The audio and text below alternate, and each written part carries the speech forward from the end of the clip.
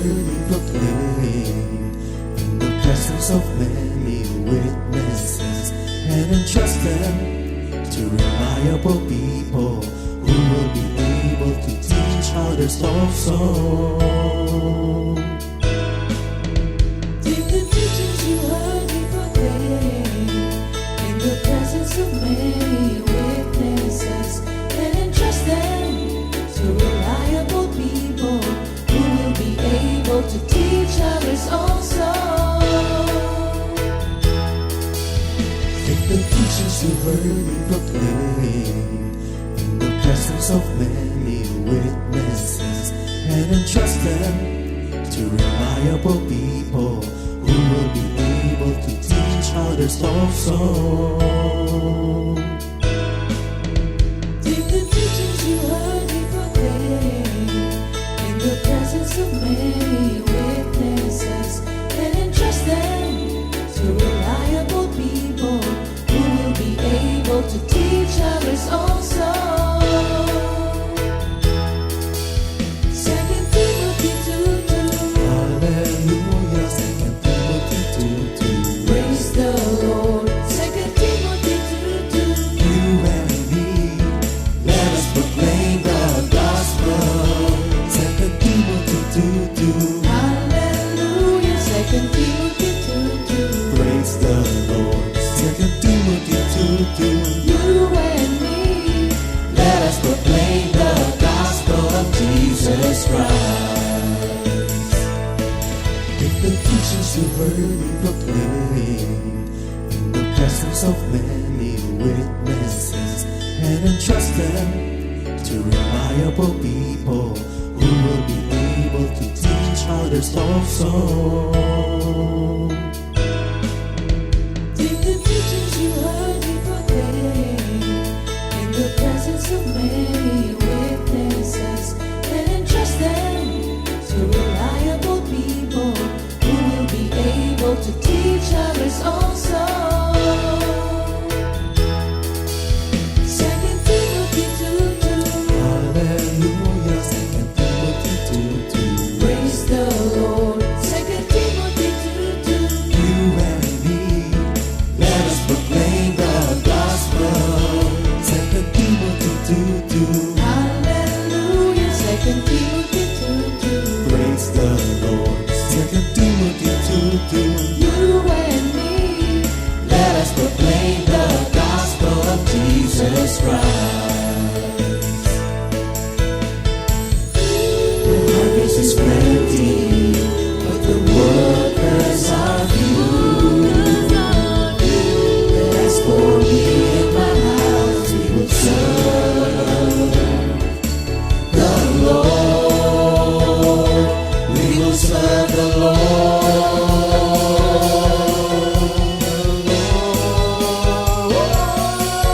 2 Timothy 2:2. Hallelujah. 2 Timothy 2:2. Praise the Lord. 2 Timothy 2:2. You and me, let us proclaim the gospel. 2 Timothy 2:2. Hallelujah. 2 Timothy 2:2. Praise the Lord. 2 Timothy 2:2. You and me, Let us proclaim the gospel of Jesus Christ. 2 Timothy 2:2. Hallelujah. 2 Timothy 2:2. Praise the Lord. 2 Timothy 2:2. You and me, let us proclaim the gospel. 2 Timothy 2:2. Hallelujah. 2 Timothy 2:2. Praise the Lord. 2 Timothy 2:2. You and me, proclaim, live up His name, delighting the Lord for His goodness. Let us proclaim, live up His name, delighting the Lord for His goodness. Let us proclaim, live up His name, delighting the Lord for His goodness. And He's God.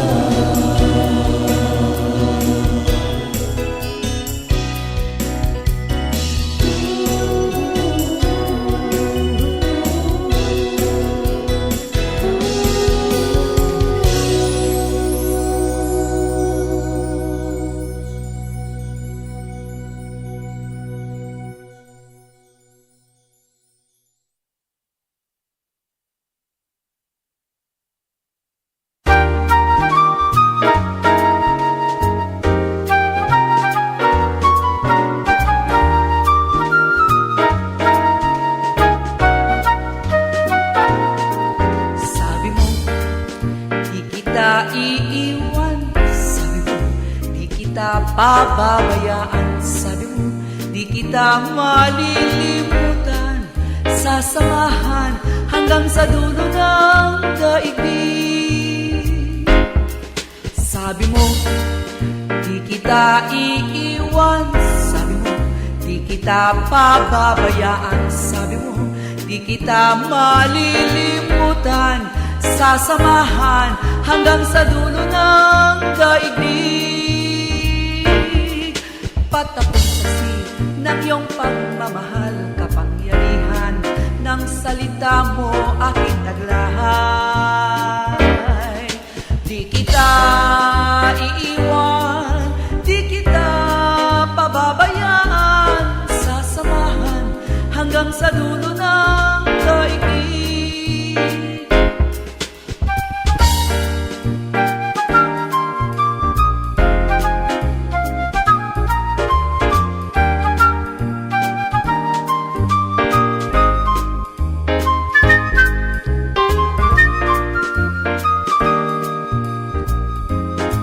Dapat akong saksi ng iyong pagmamahal, kapangyarihan ng salita mo aking taglay. Di kita iiwan, di kita pababayaan. Sasamahan hanggang sa dulo ng daigdig. Di kita iiwan, di kita pababayaan. Sasamahan hanggang sa dulo ng daigdig. Sasamahan hanggang sa dulo ng daigdig. Sasamahan hanggang sa dulo ng daigdig.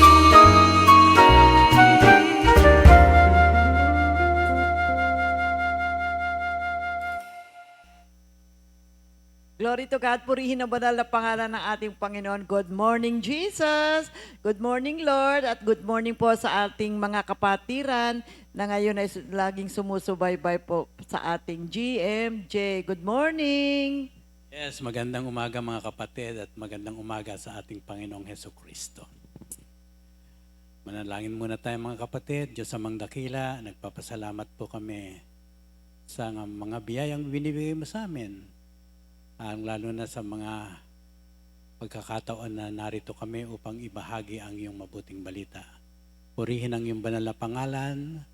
We give glory and honor to you today. At sa aming pagtatanghal sa umagang ito, punuin mo po ang aming kaisipan, ang aming puso ng makapangyarihang banal na salita mo upang ito po'y maging kapangyarihan sa amin upang mailahad namin ang iyong mga banal na salita sa mga kapatid namin na sumusubaybay sa GMJ. Muli Lord, nagpapasalamat po kami sa banal na Espiritu na siyang magiging gabay namin, katuwang namin sa aming paglilingkod sa iyo.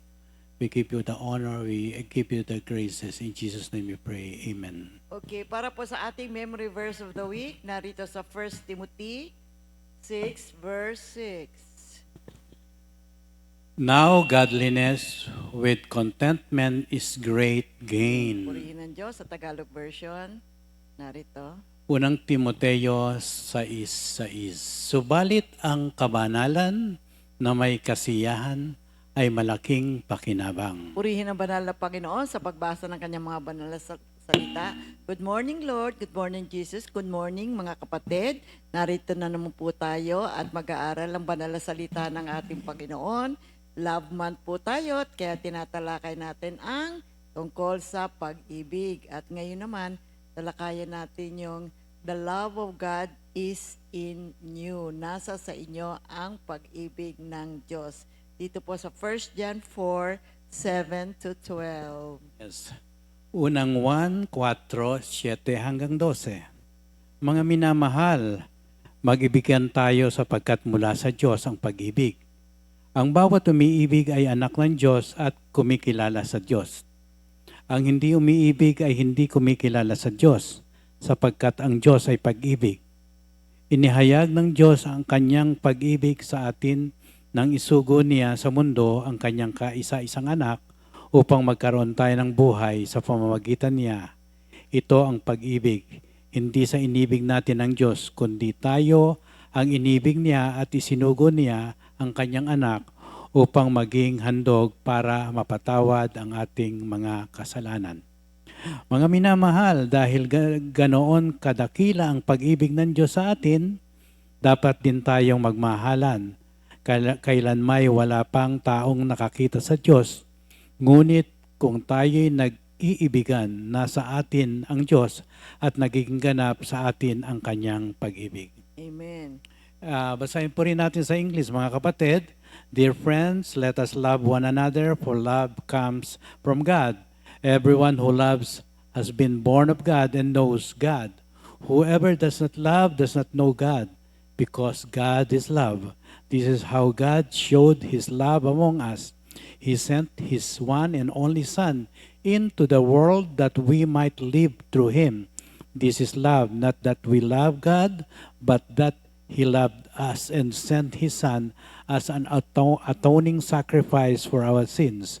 Dear friends, since God so loved us, we also ought to love one another. No one has ever seen God, but if we love one another, God lives in us and His love is made complete in us. Amen. Purihin ng Diyos. Diyos. One of the best illustrations of the agape relationship between God and His people is also found in the New Testament book of 1 John, particularly 1 John 3, verses 1, verses 11, verses 14, verses 16 and 18. Hayaan nyo nga banggitin ko ang mga kalakip na mga talata, mga kapatid. Isa sa mga pinakamahusay na paglalarawan ng ugnayang agape sa pagitan ng Diyos at ng kanyang bayan ay matatagpuan sa aklat ng unang Juan sa Bagong Tipan na binanggit ko nga kanina, mga kapatid. Kay laki ng pag-ibig na ipinagkaloob sa atin ng Ama upang tayo matawag na mga anak ng Diyos. At iyan nga tayo. Ang dahilan kung bakit hindi tayo nakikilala ng sanlibutan ay dahil hindi nito siya nakikilala. Ito ang mensaheng narinig ninyo mula pa sa pasimula. Dapat tayong magmahalan.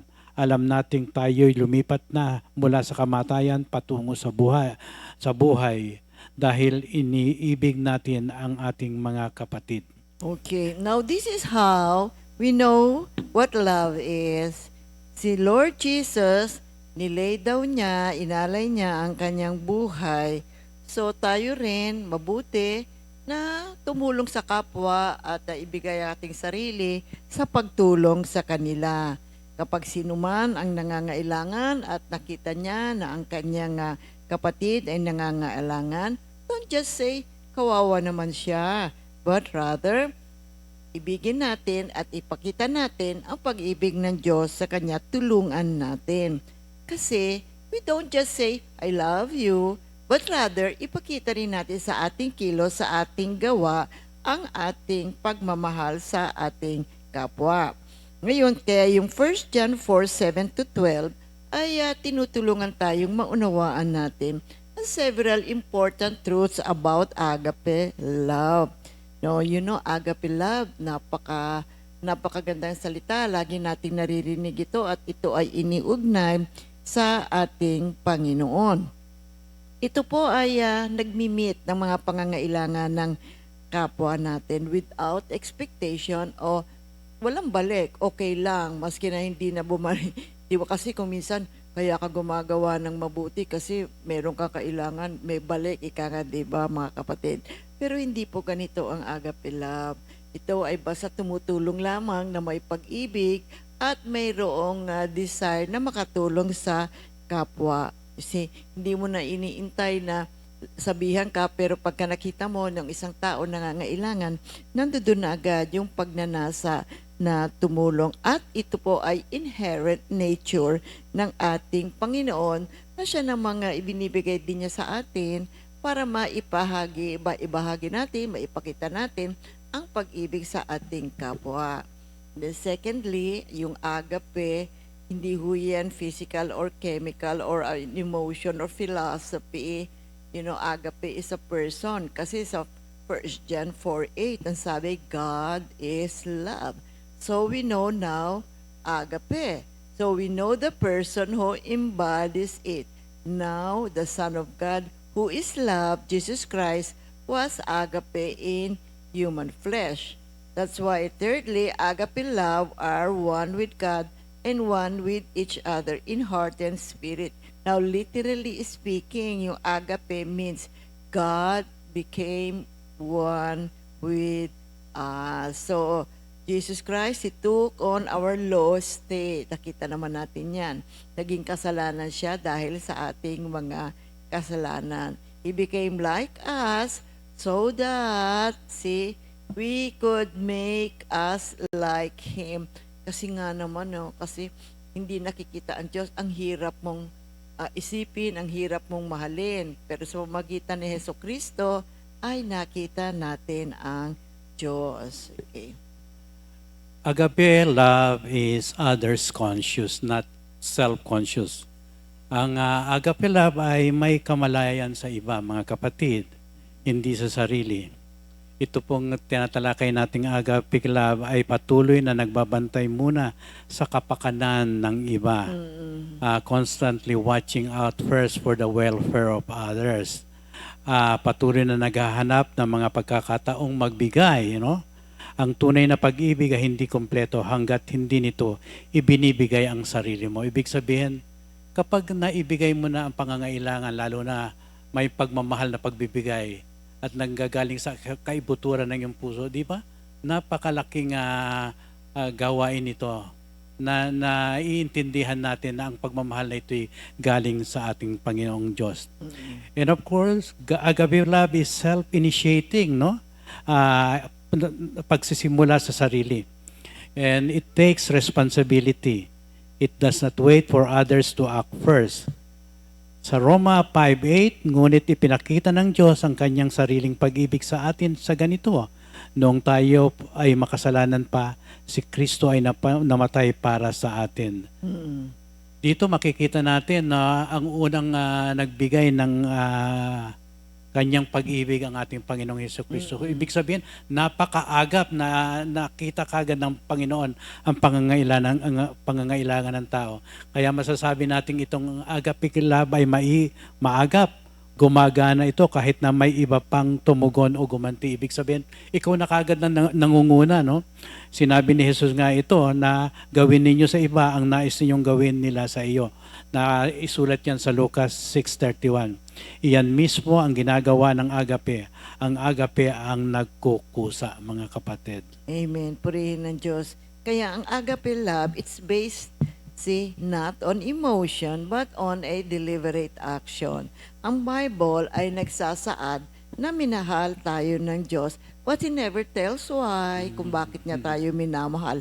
There is no why. God loves us because He is love. And His nature is love. So God loves us, mahal tayo, sapagkat pinili niya na magmahal. And His love is without discrimination. Yes. Kaya agape does not choose who to love. It simply chooses to love. So it does not matter who the object is or what the object is, but it is a decision, a deliberate choice na magmahal. It is constant. It's not emotion-based.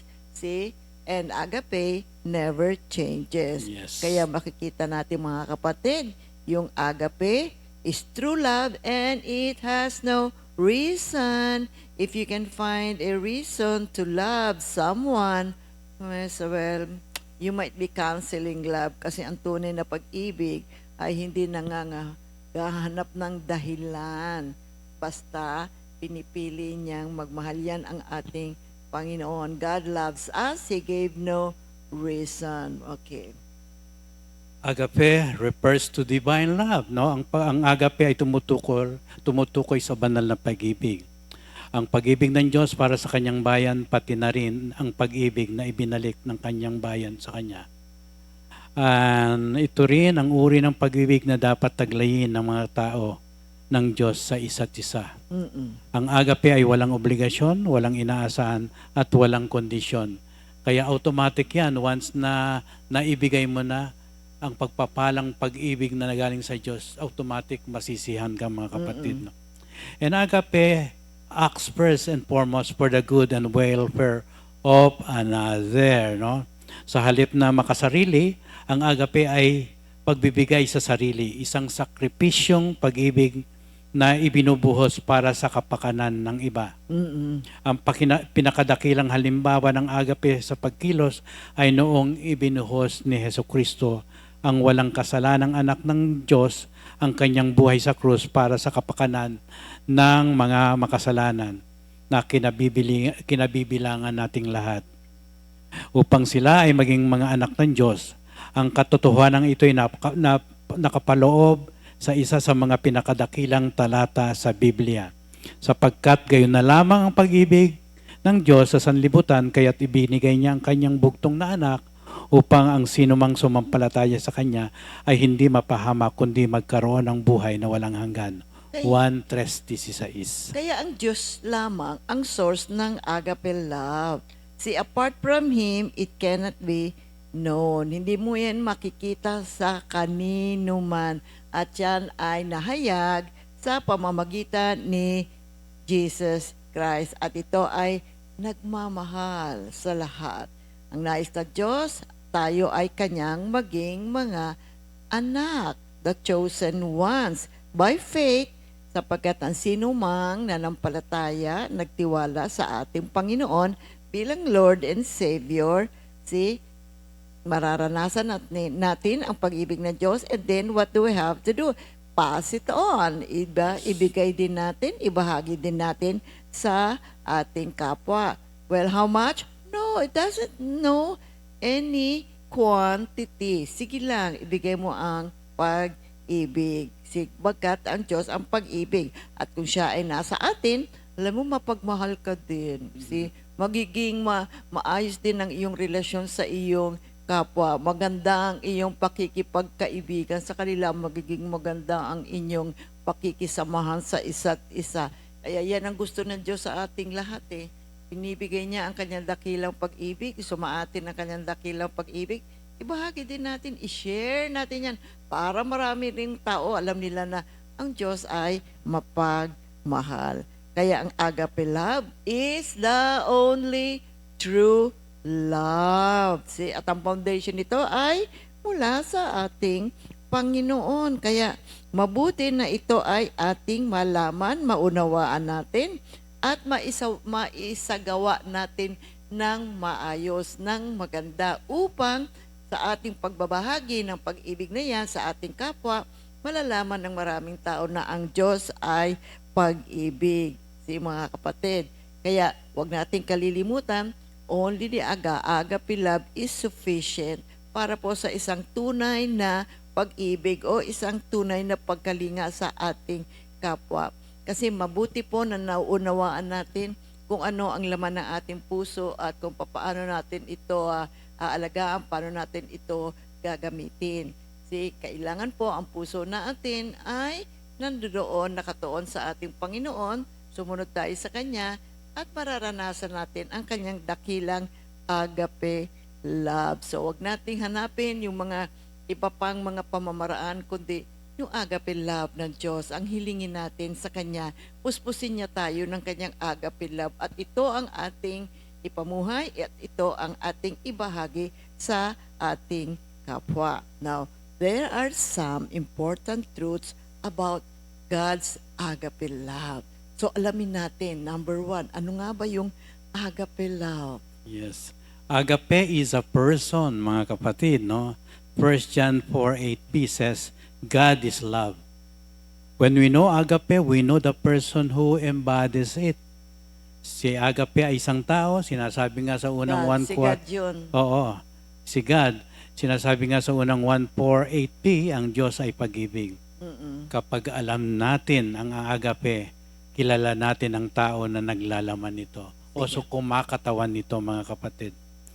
As the Son of God who is love, Jesus Christ was agape in human flesh. God became one with us. In Christ, He took our low state, yung ating mababang kalagayan, becoming like us so that He could make us like Him.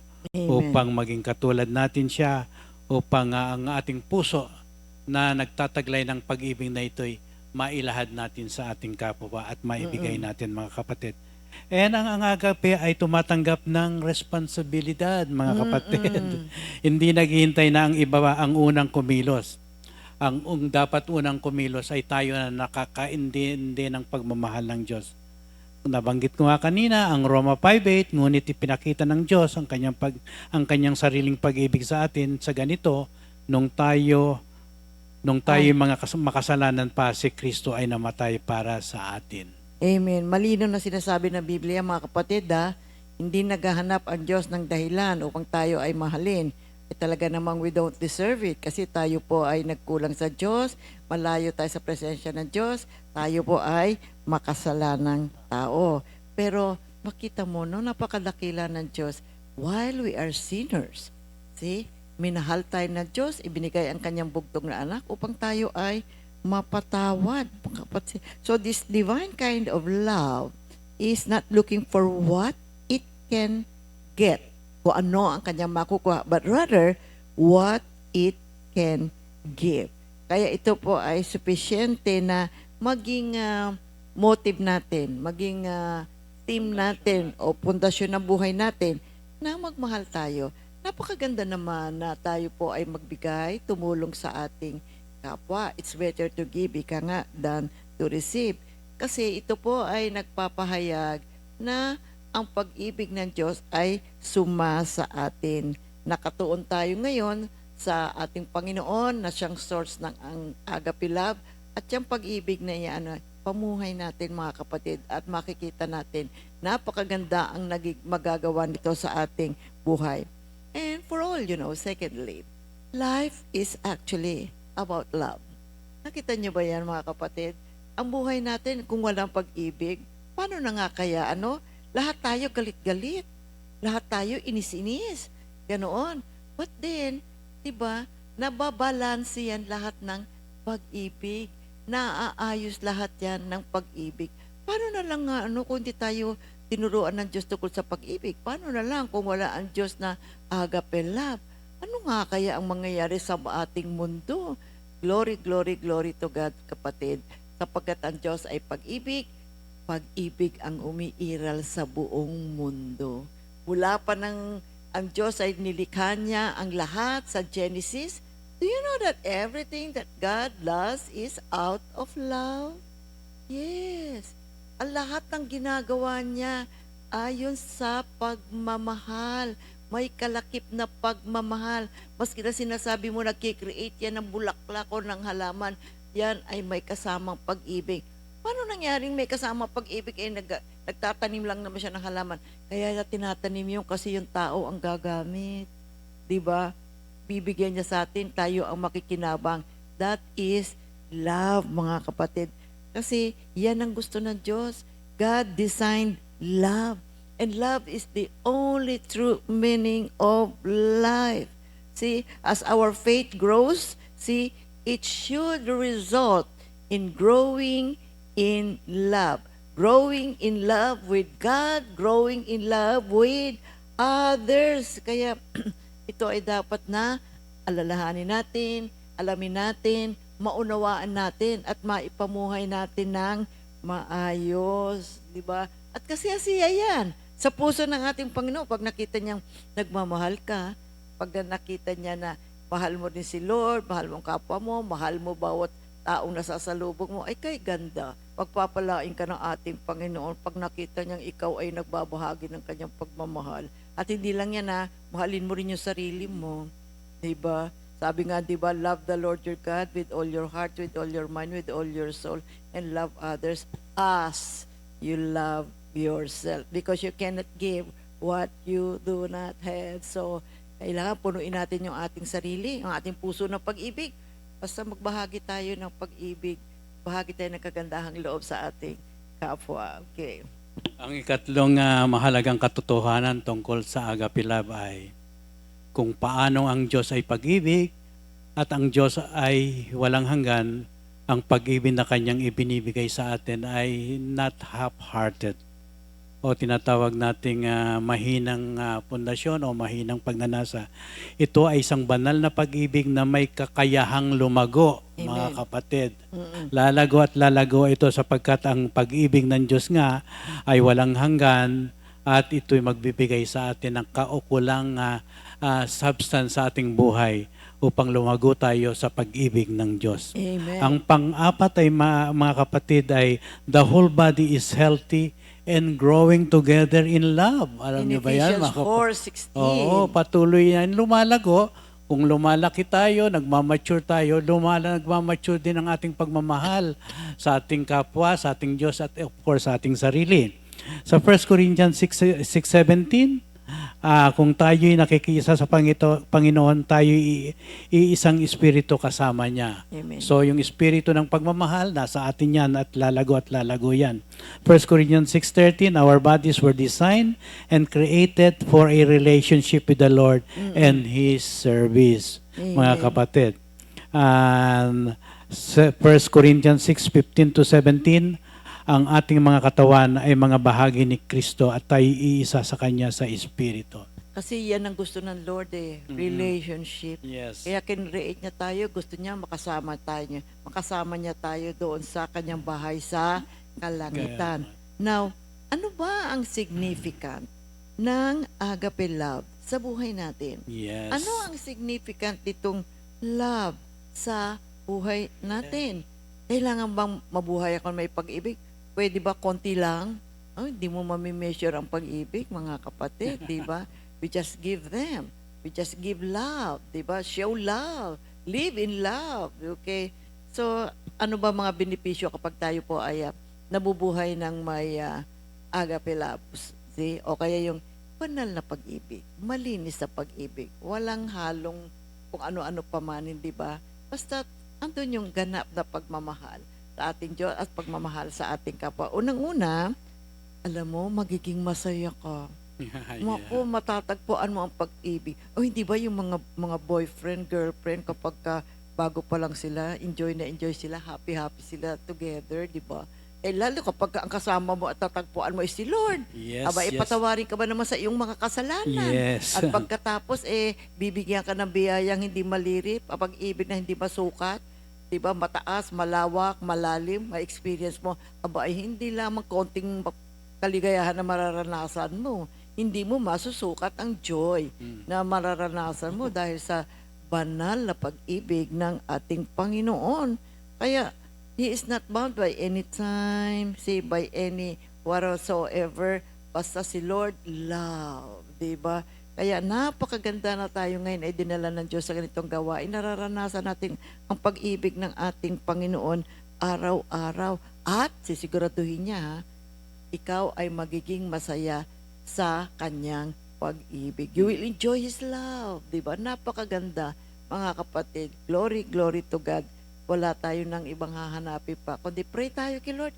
Lord, grant me your love. Forgive me of my sins.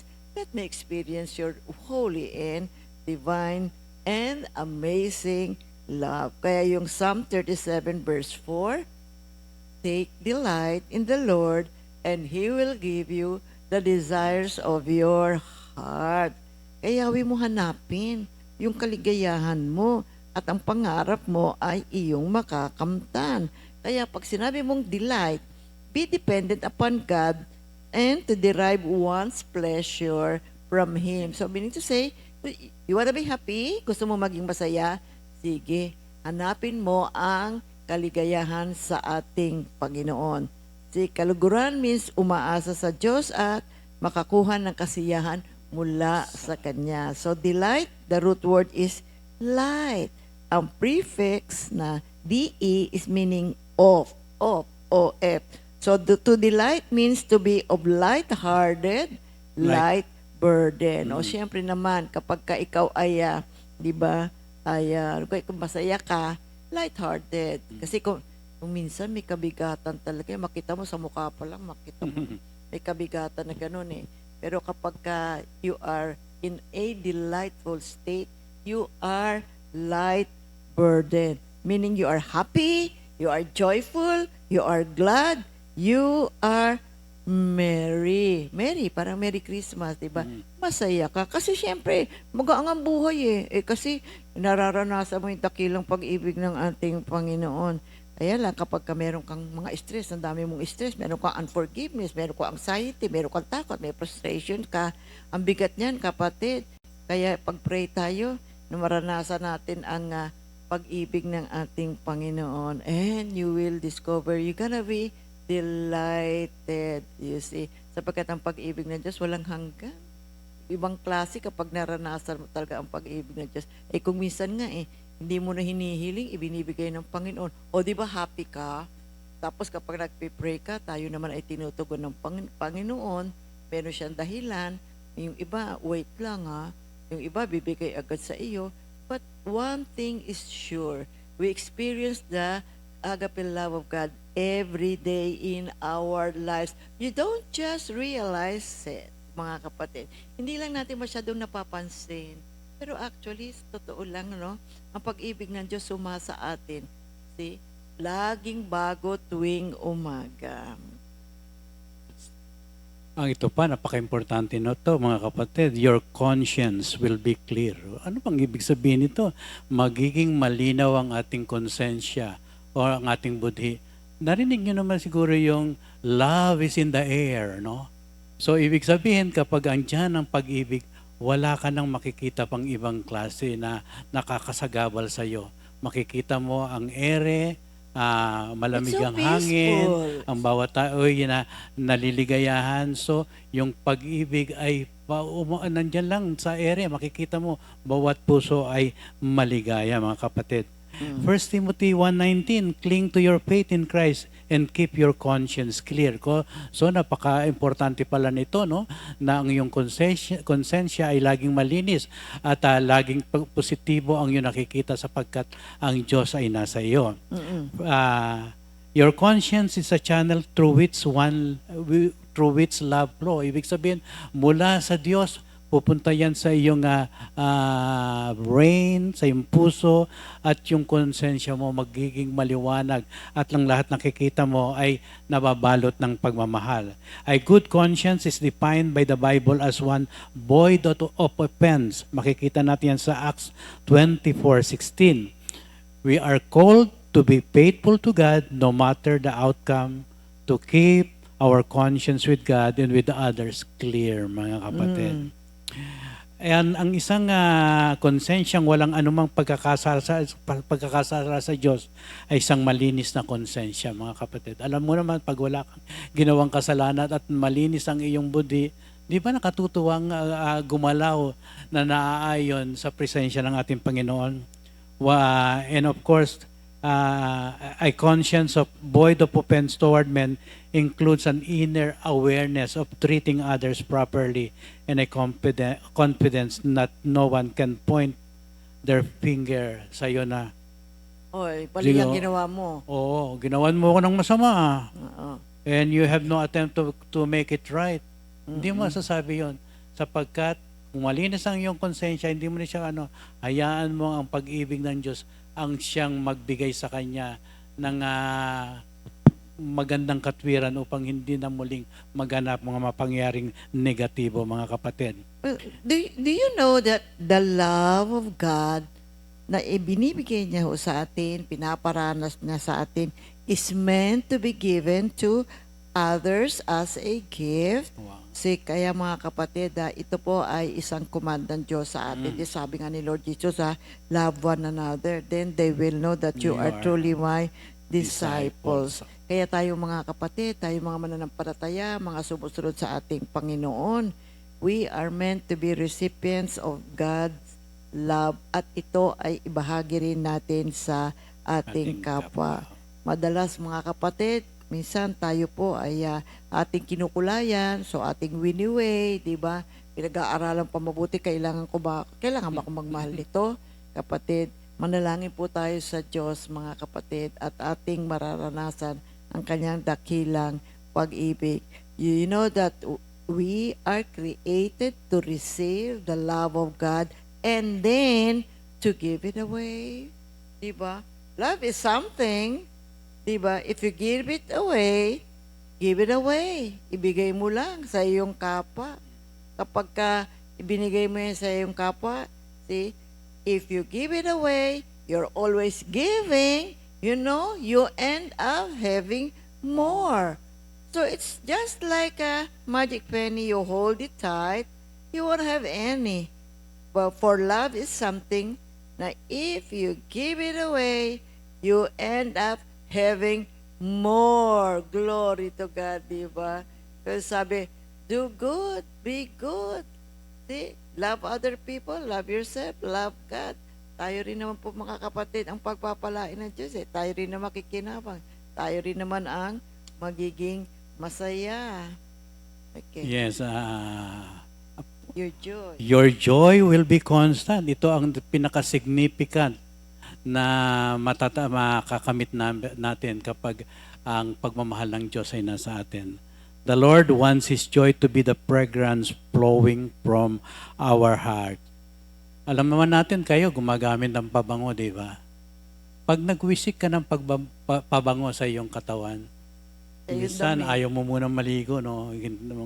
Uy, mabango pa ako, isang araw, 2 araw. Pero pag humaba na, wala na, mag-aamoy pawis ka na, no? Pero ang pagmamahal ng Diyos, how about the joy of God to be the fragrance flowing from your heart because of God's love in you? Oo naman. Walang Mga tigil kapatid. yan, walang hangganan. Patuloy na patuloy yan, mga kapatid. Oo. John 15 verse 9, as the Father has loved me, so have I loved you. Now remain in my love. If you keep my commandments, you will remain in my love, just as I have kept my Father's commands and remain in His love. I have told you this so that my joy may be in you and that your joy may be complete. Mga Napakagandang mga kapatid, salita, alam- mga kapatid. Mga kapatid, alam niyo po ba, ang pag-ibig ng Diyos ay isang mahalimuyak Oo. na scent na kapag ito po ang ating pundasyon ng ating buhay, magiging mabango ka. You see, you're gonna be cheerful, you're gonna be charming, people will notice your different countenance. Kasi iba makikita nila bakit kakaiba yung iyong kilos, iba ang iyong gawa, iba ang iyong kaisipan, iba yung iyong sinasabi. Ito po ay magbibigay ng kamulatan o makikita ng maraming mga tao na iiba talaga na kapag ang isang tao ay may relasyon sa Diyos at nararanasan ang pag-ibig ng Diyos araw-araw. Alam niyo, nakakatulong din po yan sa isang magandang kalusugan. Oo. Your expectations will be healthy. When you hug, cuddle, and enjoy quality time with friends, family, maski na nga sa aso mo, no? Tuwan-tuwa kang yakapin ito, no? Your brain releases na tinatawag nating oxytocin, also called the love hormone, mga kapatid, no? This hormone bonds you with others, protect you from the effects of stress, and literally heals your heart. Ibig sabihin, once na mayakap mo lamang yung anak, yung apo, maski na yung asawa nga, pag niyakap mo, iba na yung damdamin mo, no? Nagre-release na ito ng isang tinatawag nating oxytocin na Love hormone love pala hormone tawag dyan. dito, mga kapatid, no? Oo. At nawawala yung stress mo.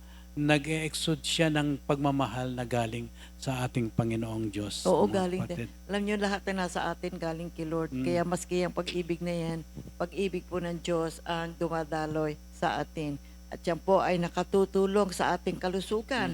Kasi kapag naranasan mo ang pag-ibig ng Diyos, masaya ka Masaya ka. Diba? Love cast out fear. Nawawala yung mga anxiety mo basta't naranasan mo ang dakilang pag-ibig ng ating Panginoon. And then, your life will be a blessing. Tayo, say, we experience the love of God, we share it with other people. So, ang mangyayari, blessing tayo sa ating kapwa. Yun naman ang gusto na ating Panginoon. So, because once you are in Christ, the love of God is inside you. Yep. Well, that's how people know that you are a child of God. 1 John 3:14. You are loving. At hindi lang yan, masayahin kang tao. Kakaiba talaga ang countenance mo. And then, your fears will be removed. You see, yan ang lunas sa takot ng mga pangyayaring nagaganap sa buhay natin. Isipin natin, si Lord, kasama ko siya. Mahal ako ng Panginoon, di ako pababayaan ng Panginoon. So, di mawawala na ngayon yung mga takot natin sa buhay. Magkakaroon na ngayon tayo ng matatag na pamumuhay. Kaya 1 John 3:14, nasa piling mo si Yahweh na iyong Diyos at ang kanyang kapangyarihan ay magbibigay sa iyo ng tagumpay. Siya ay magagalak sa iyo at ang pag-ibig niya ang magbibigay sa iyo ng bagong buhay. Masaya siyang aawit sa laki ng kagalakan. So, Take sa note, Pinaya 3:17 yun, mga Oo. kapatid. take note ha, di mo, magbibigay siya sa iyo ng bagong buhay. Glory to God, di ba? John 3:16 nga.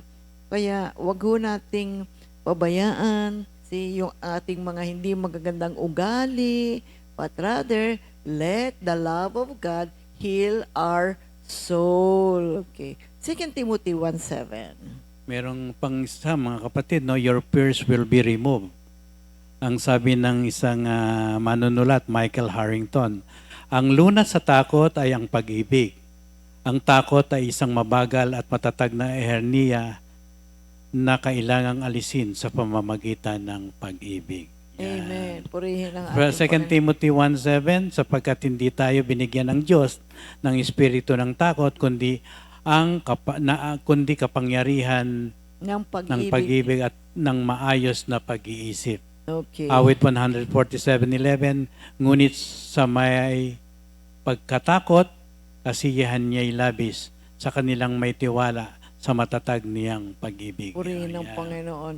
And then your life will be built in unshakable foundation. Oo nga naman, we build our lives, The moment na meron na tayong kamuwangan, kaalaman, well, di ba yung bata, wala pang alam yan eh. Pero habang tayo po ay lumalaki at naunawaan na natin ang lahat ng bagay, then we get to know what life is all about. Mahalaga po ang pag-ibig, kapatid. Pundasyon po kasi yan ng buhay natin. Sabi ko nga sa inyo kanina, isipin mo na lang kung walang pag-ibig, Panginoon ko po, lagi na lang nag-away siguro ang mga tao, at saka mainitin ang ulo. Bakit? Nagagalit kasi.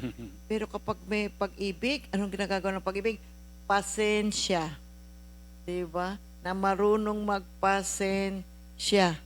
Kaya dito makikita natin, napakaganda ng ginawa ng Diyos sa buhay natin. Dinala tayo sa ganitong klase ng gawain para maranasan natin ang kanyang pag-ibig. Ito na ngayon ang pundasyon ng buhay natin, mga kapatid, na dapat tayo ay nabubuhay ayon sa pag-ibig ng ating Panginoon. Kaya huwag natin kalimutan, namatay ang ating Panginoong Hesukristo at habang tayo po ay, Kasalanan. diba? Oo, habang tayo makasalanan, pinatawad na tayo ng ating Panginoon. Love always wants and acts in the best interest of others. Kaya huwag natin pipigilan ang pag-ibig. Ayan natin mag-flow ang pag-ibig. Maganda sana, kapag dumating yung panahon, lahat ng tao sa mundo nauunawaan ang pag-ibig. Hindi lamang kung merong mga magagandang sitwasyon. Let's give thanks to God for this wonderful love He has given us. So, we have to remember, my dear people, that God's love origins in God.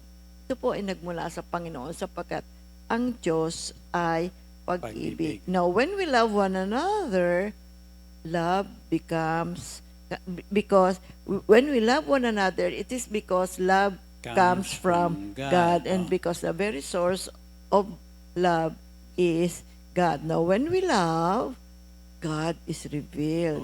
Because God's love brought life in Christ. Pansinin niyo to po, mga kapatid, si Lord Jesus, diba nahirapan siya, namatay siya sa krus, ganun na lang talaga ang hirap na dinanas niya. Ano po yung motivating factor ni Lord Jesus dito? Diba, mahal niya ang Diyos, sinunod niya ang Diyos.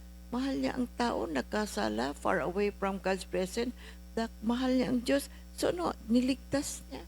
Binata niya yung hirap na kanyang dinaanan.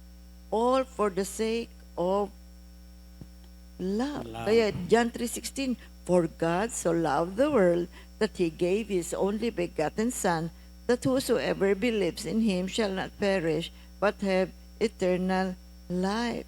Romans 5:8, God, But no, God sige. demonstrates His own love toward us in that while we were still sinners, Christ died for us. Okay, ano pang malalaman natin tungkol sa love?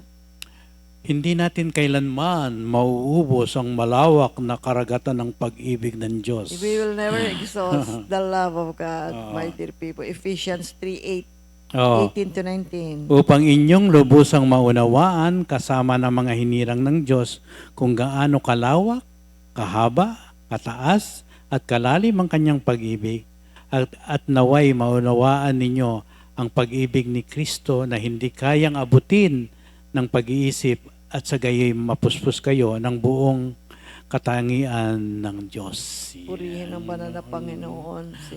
Hindi So, mo- ang pag-ibig ng Diyos ay parang isang malaking karagatan pa na sapat ang laki upang maabot ang lahat ng tao at matakpan ang mga kasalanan magpakailanman. No? Amen. So, ang lawak, ang lapad ng pag-ibig ay nagpapahiwatig ng pagyakap sa bawat uri ng tao at personalidad sa bawat nasyonalidad, mga kapatid. No? Amen. Ito namang haba ng pag-ibig niya ay nagpapahiwatig ng pag-abot ng higit pa sa ating pagkabigo sa buhay na ito ay magpapatuloy magpakailanman. Amen. Glory to So, yung kalawak, kahaba, kalalim, kataas, hindi natin talaga masusukat, no?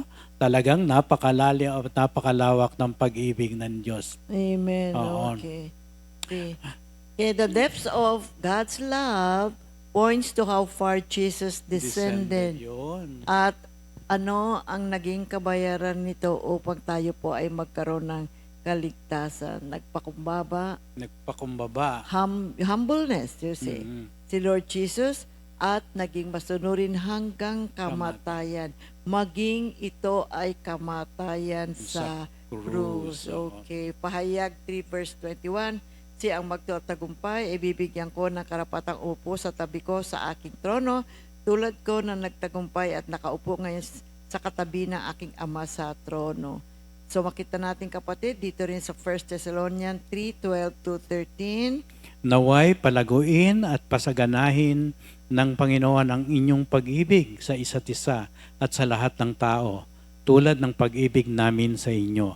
Nang sa gayoy, palalakasin niya ang inyong loob upang kayo'y manatiling banal at walang kapintasan sa harap ng ating Diyos Ama hanggang sa pagdating ng ating Panginoong Hesus, kasama ang lahat ng kanyang mga hinirang. Amen. Glory to God. So purihin ang banal na pangalan ng ating Panginoon sa pagbasa ng kanyang mga banal na salita.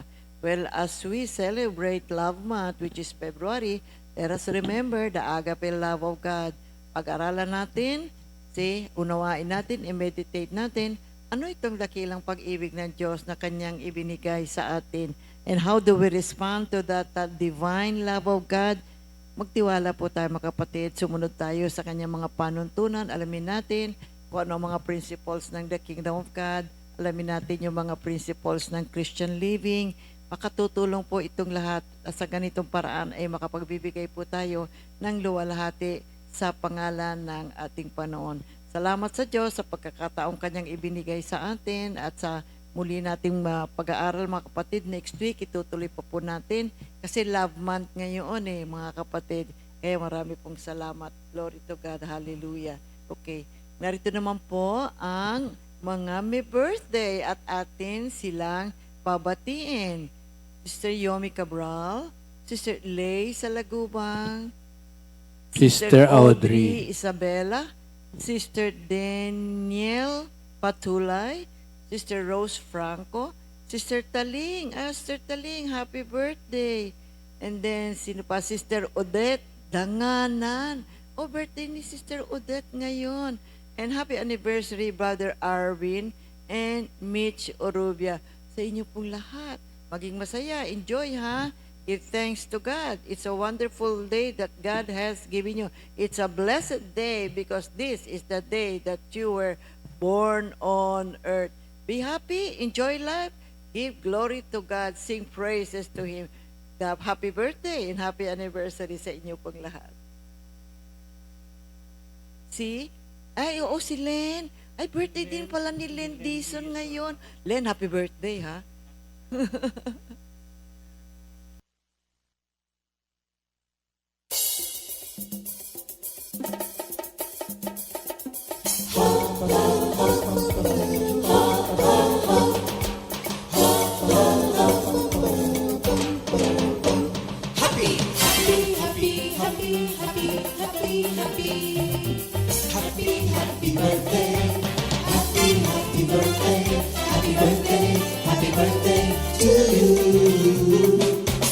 Happy anniversary, happy anniversary, happy, happy, happy anniversary. Happy anniversary! May the good Lord bless and keep you, may the Lord's light shine upon you. Happy anniversary to you. Happy, happy birthday to you.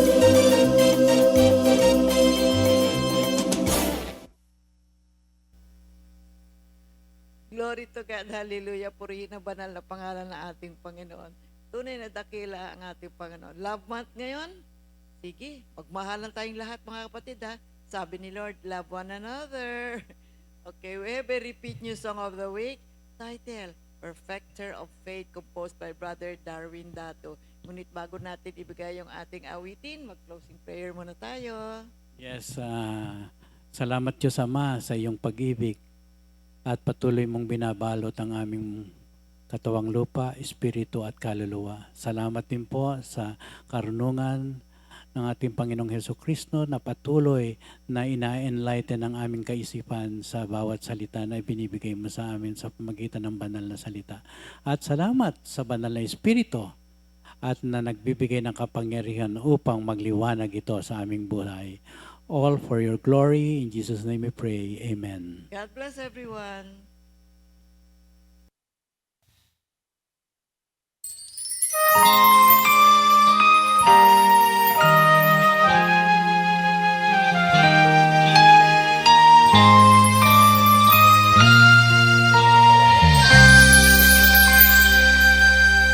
There was a man destined to save the world, dwelt with the sinners, bound to be a protector. He was scorned, afflicted, and he suffered. He have surmounted, fulfilled what was written. The Son of Man, the Son of God, sent down from the highest to face all odds, to see the fall, embrace His fate. All prophecies were done about the perfecter of faith.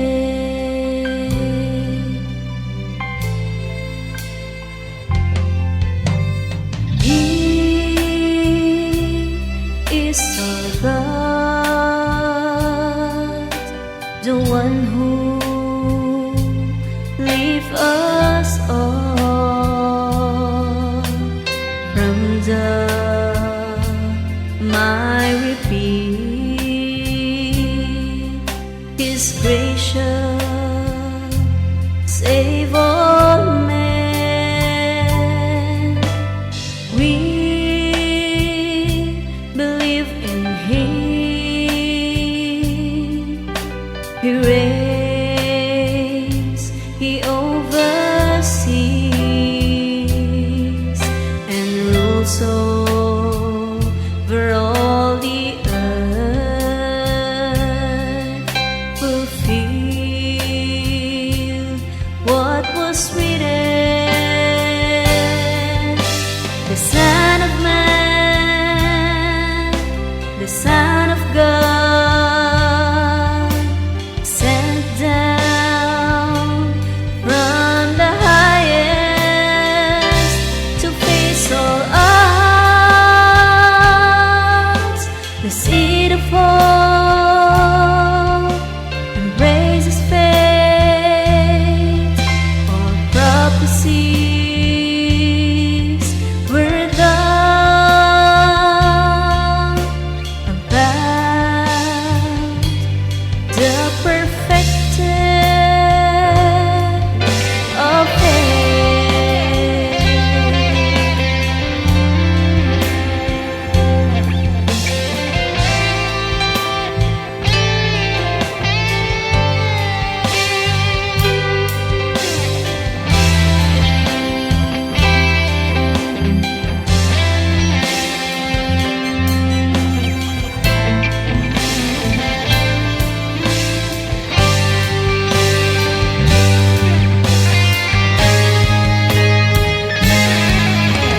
The Son of Man, the Son of God, sent down from the highest to face all odds. The seed of hope embraces faith. All prophecies were done about the perfected of faith.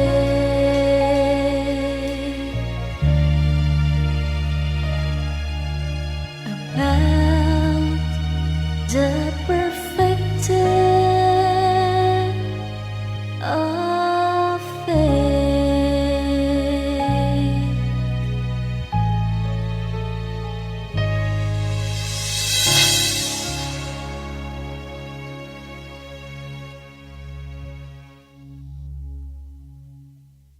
Second Timothy 2:2.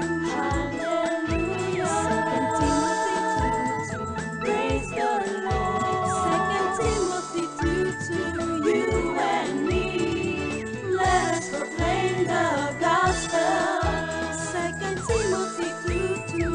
Hallelujah. Second Timothy 2:2. Praise the Lord. Second Timothy 2:2.